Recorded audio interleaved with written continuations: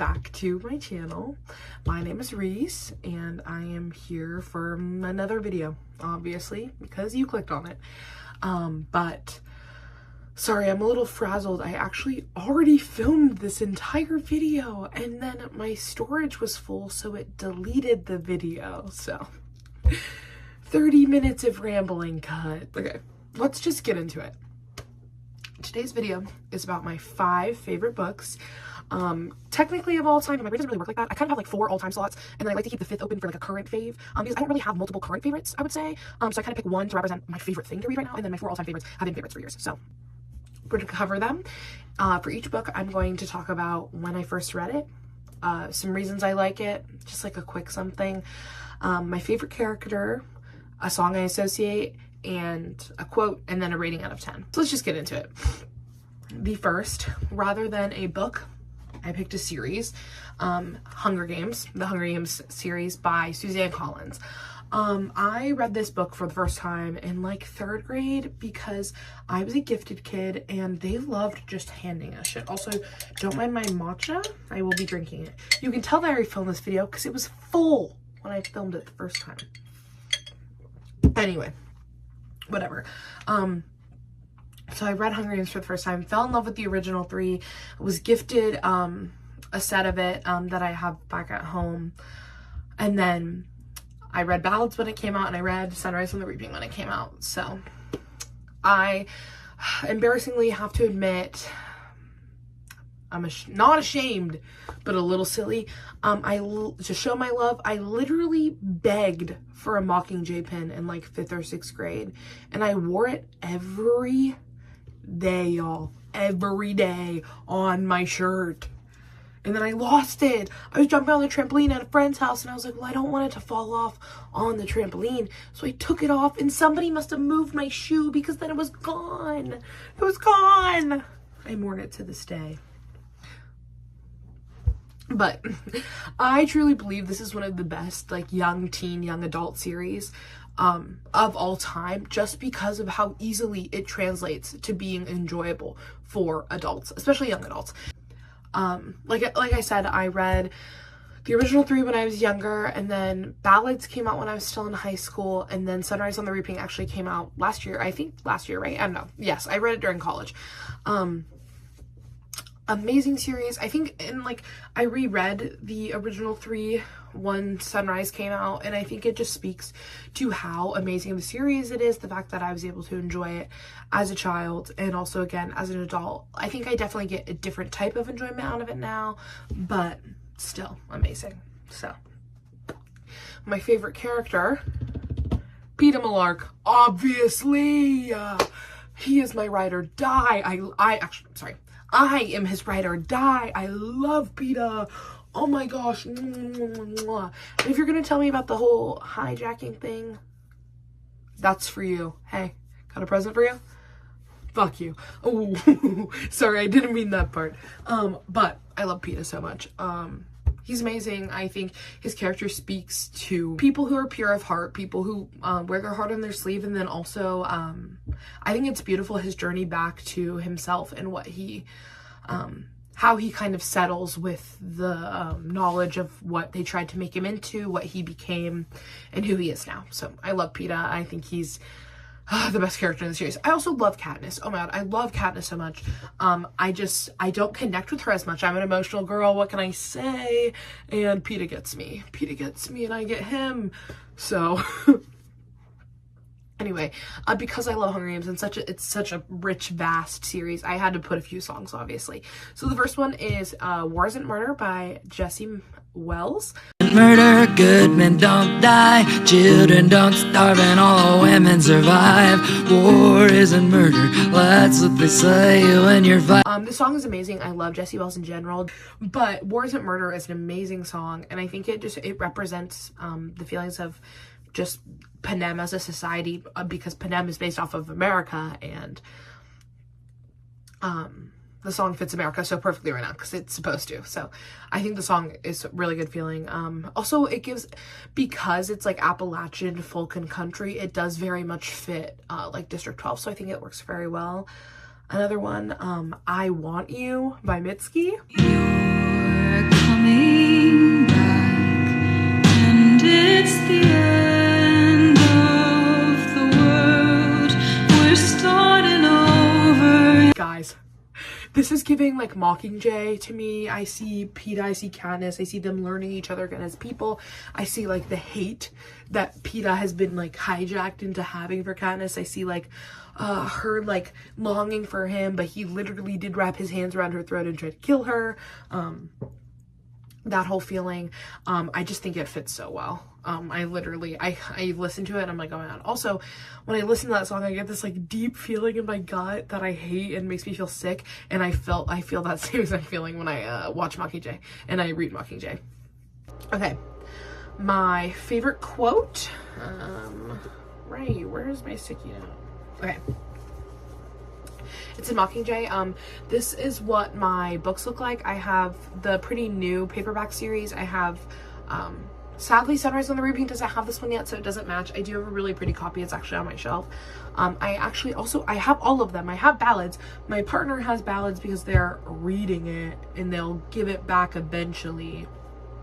I don't believe it. I don't believe it. Also important, before I read this quote, I do love Mockingjay. It is an amazing book. I don't have favorites. I don't have favorite children. All my children are the same. My mom says that to me. I actually mean this. I know my mom has favorites. I don't. So anyway, this is from Mockingjay. This is my favorite quote.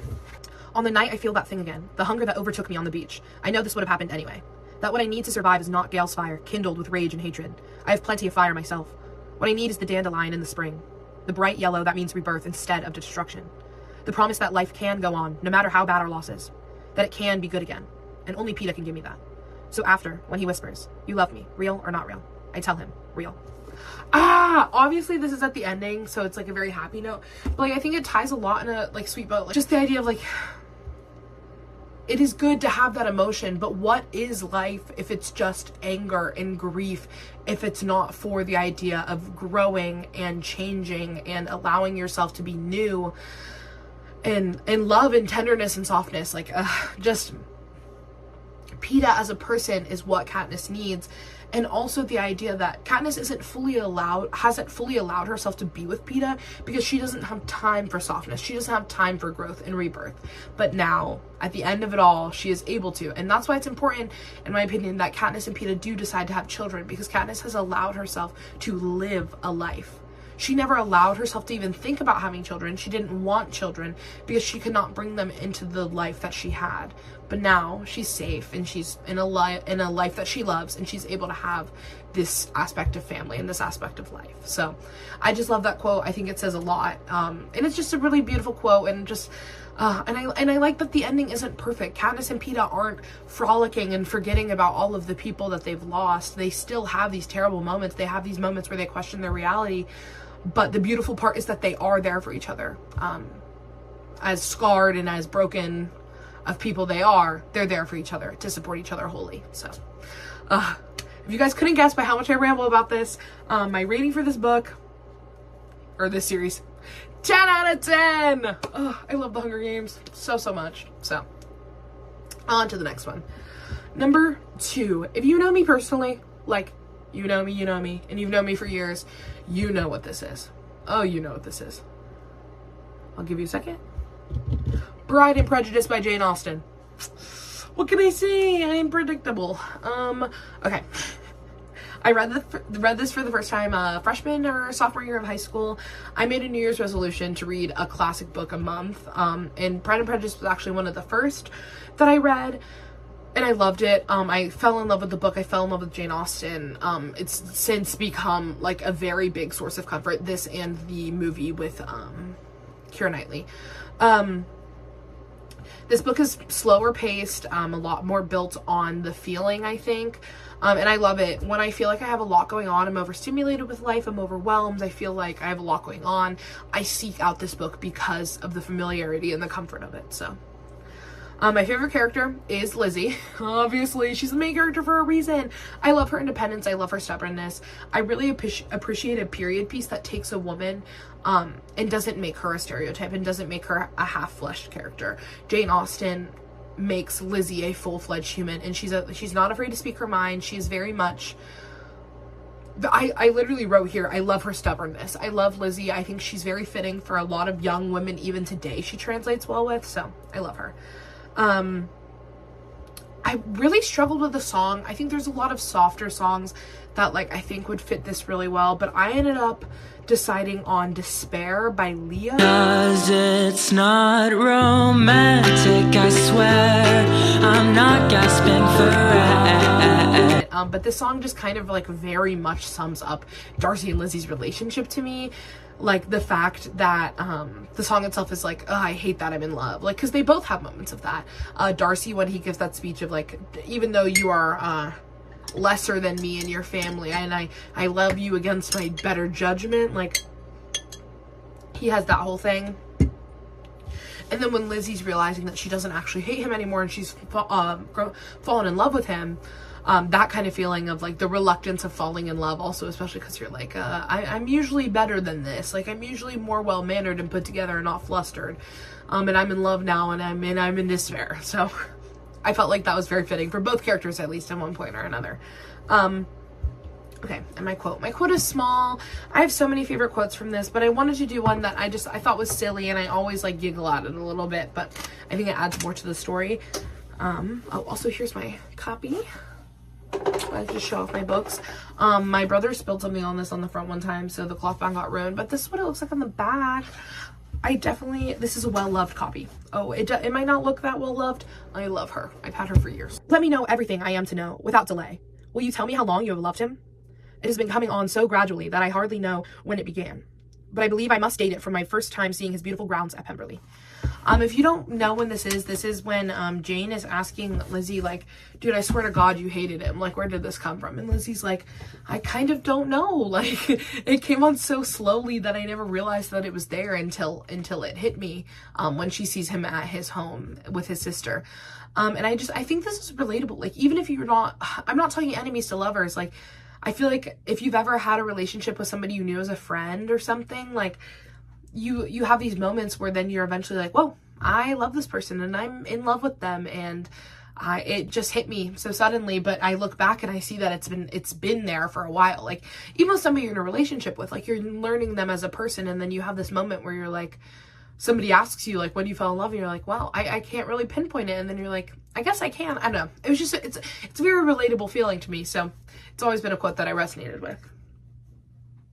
My rating of this book out of 10 is 8.7. I think this is a great book. I think it's phenomenal. I think sometimes it is a bit slow, and I think sometimes certain characters fall a little bit flat, but I love this book. That's why it's an 8.7 out of 10, because despite its flaws, I'm always running back to you. Okay.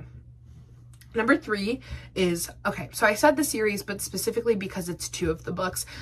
This is my current favorite, so this isn't an all-time. I think it could end up on the all-time list, low-key. Game Changers by Rachel Reed, specifically the heated rivalry duo, and then more specifically, the second book, Long Game. And if you don't want any spoilers, quit now, because I'm talking about the second book, so mostly. So there will be more spoilers if you haven't read the second book, so sorry. I read this, actually, it was funny because I actually read a book from the series Common Goal, which is about a different couple. I read it a few years back, and I didn't necessarily love it. A lot of the romance tropes were not things that I really seek out. It wasn't for me, but I liked the writing. I think the character building was nice. I didn't really love it. So when Heated Rivalry, the show, came out, I was like, wait, I want to read this. So I read the first book about Scott and Kip, and I love them, and I love their little U-Haul lesbianism. So I really enjoyed that. And then I read Heated Rivalry and Long Game, and I really connected to the characters of Ilya and Shane. I think I resonate with both of them in many ways. But before I can't really spoil. So my favorite character is Shane Hollander, and because I resonate with him deeply. It's actually really interesting. Rachel Reed talked about the fact that she based him off of a friend, a person in her life, and then later this person was diagnosed with autism. So Shane is like and I think that's very accurate. And Rachel Reed talks about the fact that some of his some parts of Shane are based off of her as well, and she is neurodivergent. And I think it resonates. It's not in that way where like Shane is not diagnosed autistic, it's never a discussion, but a lot of what he does reigns true with the neurodivergence, and it just feels very seen. And what can I say? I love representation where it doesn't have to, like, Shane being neurodivergent, which isn't actively discussed, but Shane and certain traits of him that are neurodivergent shape his personality, but it's not in a way where it's like, I'm autistic, I'm on the spectrum, and that becomes half of the battle for him is that identity specifically. We are just shown this is Shane, this is what he grapples with. And I just think it's very relatable. Like, I think I see myself very well in him. I also love Ilya, and I definitely resonate with a lot of his feeling and emotion. I just unfortunately did not want to be that type of person who's like, I love both of them. I love both of them. They're both my favorite. No, like, yes, but no. But yeah, I just, as a queer person, I think the series is really good. I'm really loving the response to it. I love people who are appreciating it. I love Rachel Reed. I think she's amazing. Yeah, I'm excited for the third book and future seasons of the show. So, my favorites, the songs I picture I associate with this are Still the One by Shania Twain, but specifically the Boy Genius cover. Still the one I run to, the one that I belong to.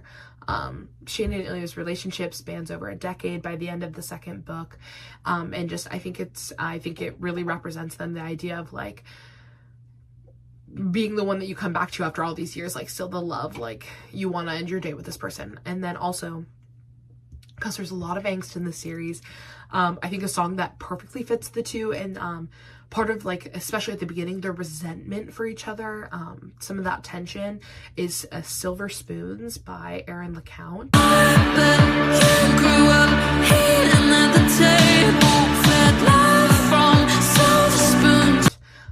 If you've heard this song, which you'll all hear this, it fits very well. I saw an edit with them one time and I was like, I had already thought of this song when I had listened to the song, and I was like, oh my gosh, sounds like them. And then I saw an edit too, and I was like, yeah, checks out. So yeah. Okay, my quote I have actually written down here. I don't have a physical copy of Heated Rivalry or Long Game because I bought it on my Kindle and I just didn't want to have my Kindle out. I have to give context for this, unfortunately, but again, skip if you don't want spoilers, guys. So this takes place in Long Game, where Shane has found out from a teammate that Ilya and his team had to have an emergency landing with their plane due to complications, and Shane sees that Ilya had texted him in what he thought was going to be his final moments, and it's messages of like, you're the best thing that's ever happened to me, my life with you has been amazing, I wish we could have a million more moments, I love you, essentially. And Shane is hit by this very powerful emotion, and he says, what if Ilya had died? What if he had fucking died? Shane would have died too, alone and secretly, and for the rest of his life.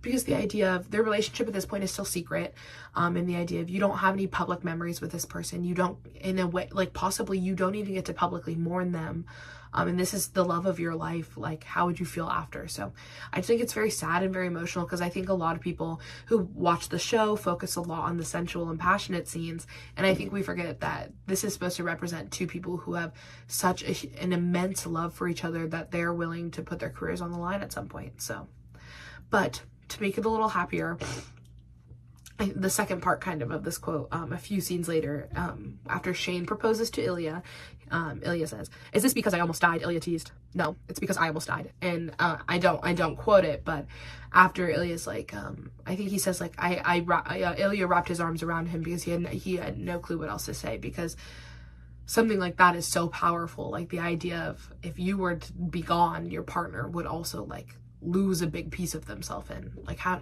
do you feel about that? So I don't know, I just love the series so much. I could ramble about it for years. So my rating on this is 8.3 out of 10. I love this book. I love both books. There are definitely some things that I think could be tweaked. I think it's very of its time, very 2015 ish. I think I forget exactly when it's published. I'm pulling that time out of my butt, but I really like the books. There's just some improvement that I think they could have. Also, again, I was rating the series as a whole, not specifically these two books. So okay, number 4, Me Before You by Jojo Moyes. I don't actually know how to pronounce the last name. I'm evil, unfortunately. So I got this book. I actually read this book for the first time from my aunt who passed away about 4 years ago. She had essentially like a library in her house, and my mom and I would go and I would borrow, she would let me borrow some books. And she had given me this book. Again, I read this book probably earlier than I should have because I was gifted and they were all just handing me books and I was reading them. I was consuming them all. So, but I loved the emotional pain of this. I loved the love, and I loved just the realness of like what happens to somebody in their life and how does this get handled. But yeah, a little sentimental note that is personal, but whatever.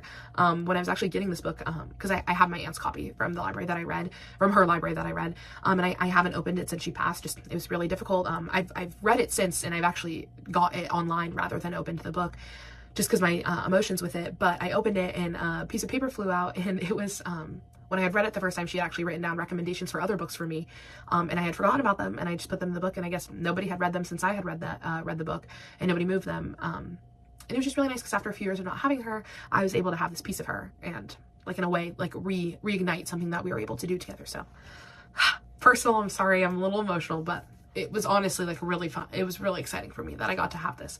I'm gonna read one of the books soon, and then I'm gonna save the other one for a few years. But anyway, sorry I'm sappy.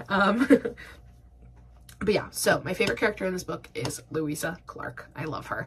She wears her heart on her sleeve. I resonate with her so well. She's not only has had jobs in caretaker roles, and that is her main position in her career field. In this book, she is a caretaker through and through with her family. She so much throughout the book, she is struggling to be selfish and make actions for herself. And I resonate with her character a lot in the way she's just emotional and tries to find the best in every situation.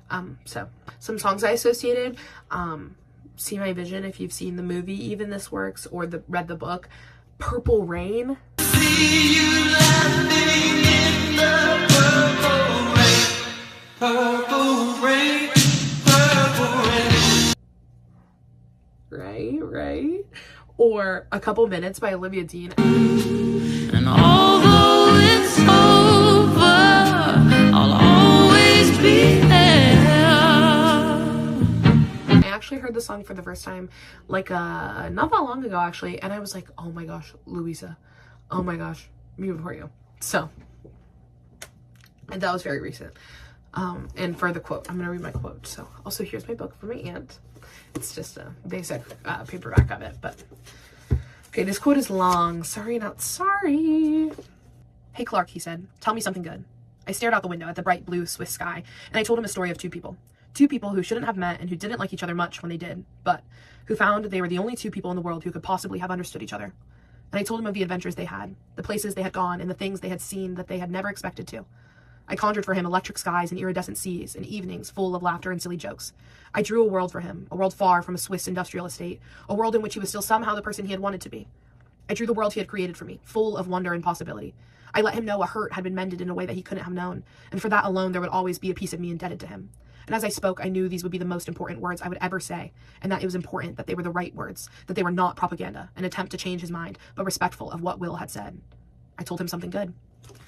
I know that's a long quote. I know it's like a few paragraphs actually, but just the idea of it, like, just because arguably one of the only times Louisa thinks of herself and her emotions is when her and Will are discussing him deciding to still end his life after 6 months of spending time together. And Louisa really feel, in her brain she says, I thought I was changing things, I thought I was making you want to live. And he's like, you couldn't have changed my mind. You gave me beautiful memories and a reason for, actually, in a way he talks about, like, in a way you confirmed this for me, because he can't be the man who he wants to be. And it's like, we can have the discussion of the idea of that disabled people's quality of life and a lot of things, but Will Traynor is a character who struggles with his life being completely altered and what that means for him.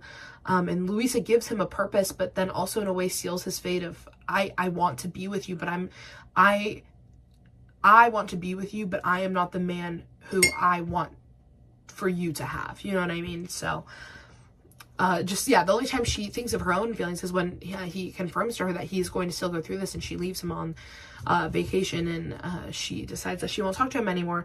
And then in a different way of putting herself first. Not only is she putting herself first, but him and her love for it. She's putting their love first when she actually decides to go see him in Switzerland and be with him in his last hours. And it's actually like her putting other people first, but in a different way. She's always putting her family first, but her mom actually tells her, if you do this, don't come back. Like, I don't want you, because she very much doesn't approve of this. And Louisa still goes because Will is important to her. Not only is Will important to her, but her own closure and her own love for him is important. And then they have in my opinion, this beautiful moment of like, I love the idea. I love her saying like, I don't tell him what I think will change his mind. I tell him what I want him to know before he goes, because it wouldn't be true love if she spent her time trying to change his mind or change him.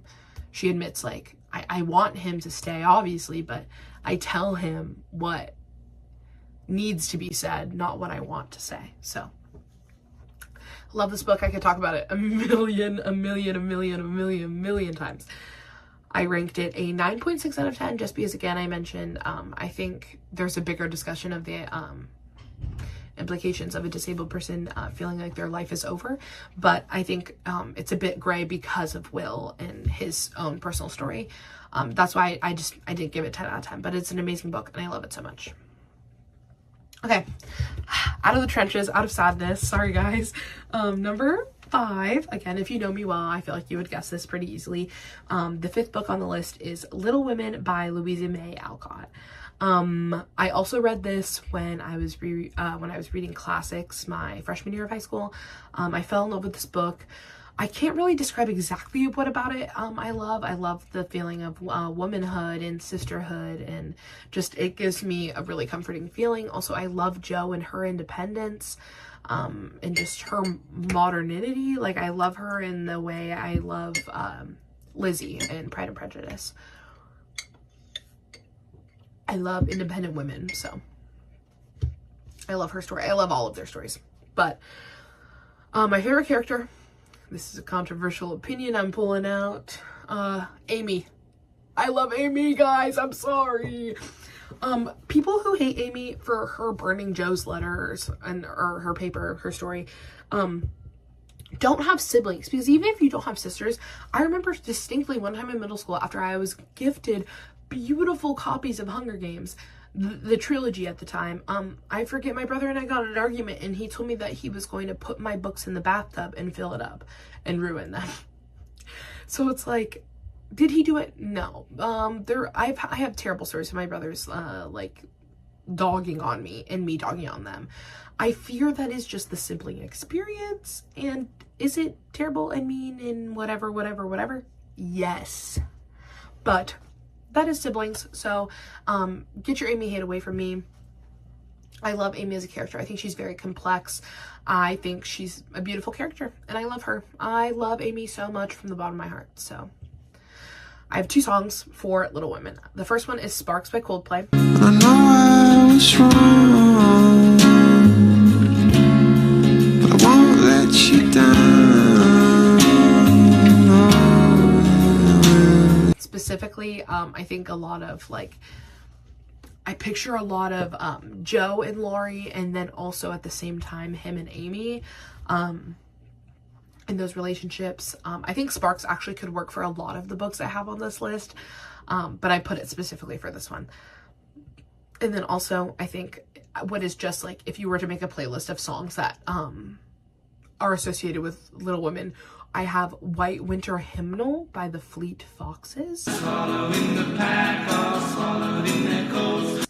I think the song, especially like them as sisters and how a lot of their scenes of them being together as a group, I think just very much match the song. And I think the vibes are very similar. Okay, I'll show you my book. I don't actually need it for this quote because I know it off my dome because it's a short quote. But this is my copy.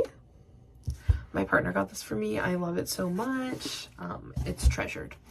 But my quote is, actually this was my senior quote for the yearbook. That's how much I loved it in high school. Just because my dreams are different than yours doesn't mean they're unimportant. Queen Meg.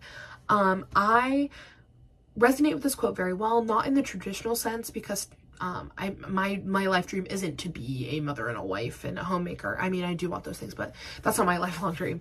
But I am a history major from my family of a lot of, well, from a town of a lot of blue collar workers and traditional straight to career degrees. So I actually used to want to do education because I thought I have to do something that immediately translates to a job after college. And then I went to my university and I found a group of people who support me. My family supports me as well, but I found a group of people who showed me that life doesn't have to be cookie cutter and traditional. But I still do struggle with people telling me like, what do you mean you're gonna have a degree in history? What are you gonna do with that? Like, I want to pursue to get a PhD, and a lot of people in my life are like, that's gonna take a long time. What are you gonna do in the meantime?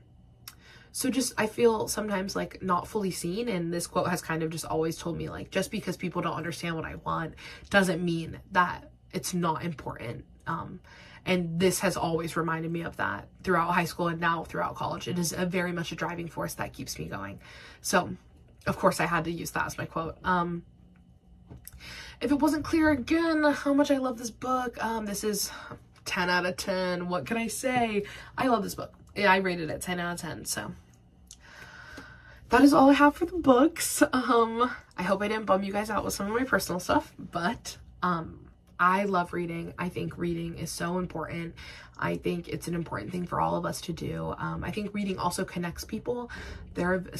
All of these books on this list have gained me friends. I have multiple friends who I've talked about with this, I've connected about with some of these books.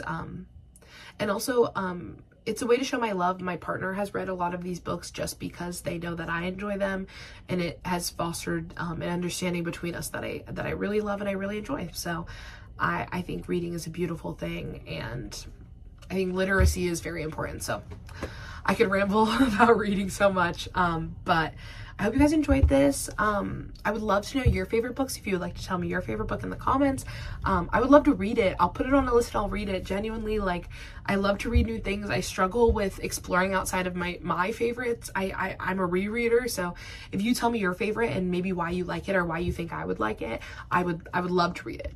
I would love to read it. So yeah, but I hope you enjoyed this video, and I love you all, and I guess that's all. So bye.